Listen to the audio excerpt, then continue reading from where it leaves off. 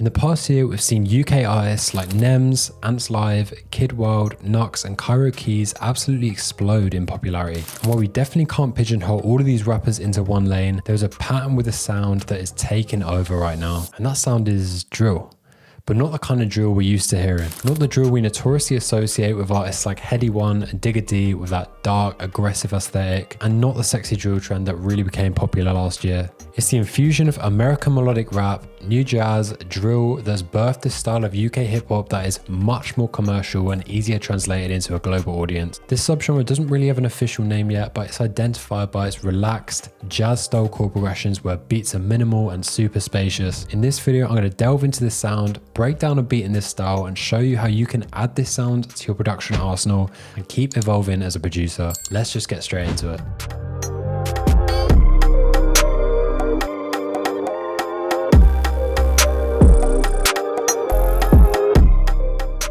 So these kind of beats are always underpinned by rich, thick sounding chords. Usually 7th or 9th chords give that really laid back, jazzy kind of feel we mentioned earlier. So to capture this vibe, we can lay down a simple 7th progression with some added tension notes and inversions for some unique color. Go with an instrument that has a relaxed vibe. In my instance, I used an Analog Labs synth pad.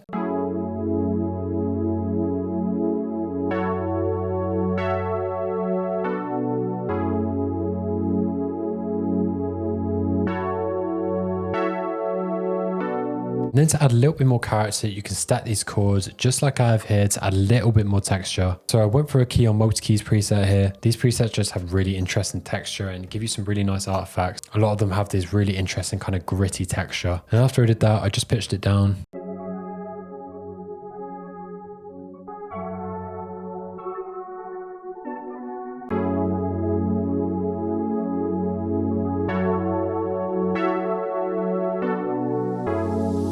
Now the key to these kind of beats is space. That's what gives this relaxed vibe and allows the artist enough space to find pockets in the beat. With that said though, we still want the melody to be interesting and include enough elements for it to be varied for its entirety. Now one feature that makes these beats work for me is the feeling of nostalgia. These beats often achieve this with some kind of ear candy or a walk down that accent the chord progression. I laid down an analog harp and added a pedal to this to create some interesting artifacts.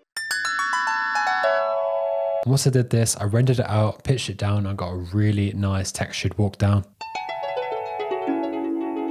So as mentioned previously, I also want to make sure the beat isn't too repetitive, but also has enough depth. So to achieve this, we can add another lead to just sit on top of the chords to solidify that nostalgic feeling.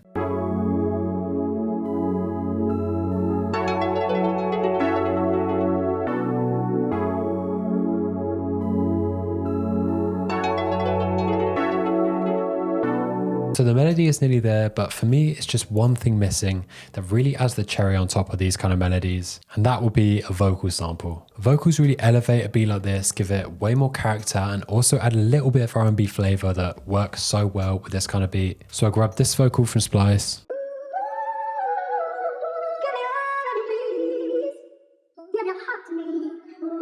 And I chopped up the second bit here just to add a little bit more rhythm, EQ'd that a little bit and then just dropped that on top of the melody.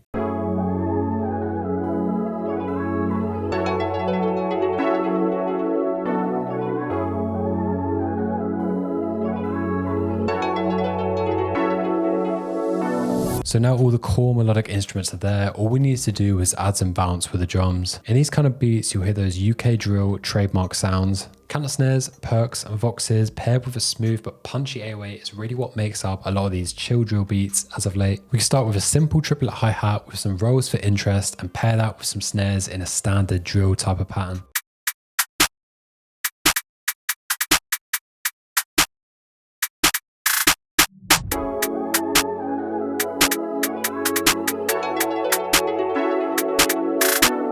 We can then bring in some more of those UK style perks and vox to add a little bit more character and bounce.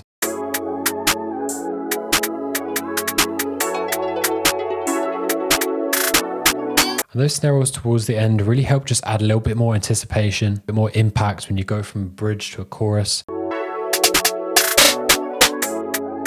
Remember, we're adding bounce here, but we're still trying to leave enough pockets to make it easy to rap over, so don't overdo it with the perks. Now, after we have those elements in place, we can add a short release boosted 808 to really add punch to that low end. Now, obviously follow the root notes of the chords, but don't be afraid to get a little bit experimental and creative with the 808s. Sometimes just by experimenting with rolls and different placements and velocity, you can come up with really unique bounce.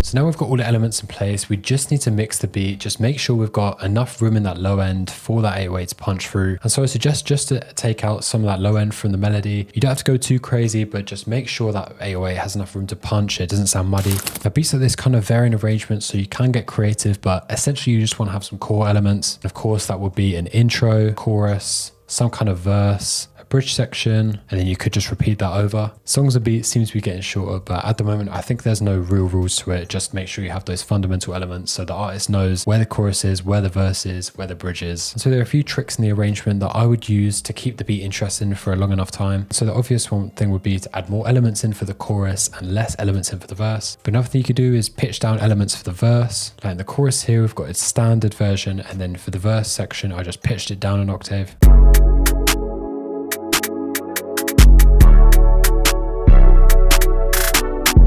You can also add elements with no drums at all, kind of bring the drums in incrementally like I've done here. There are a load of different ways you can spice it up, but just get creative.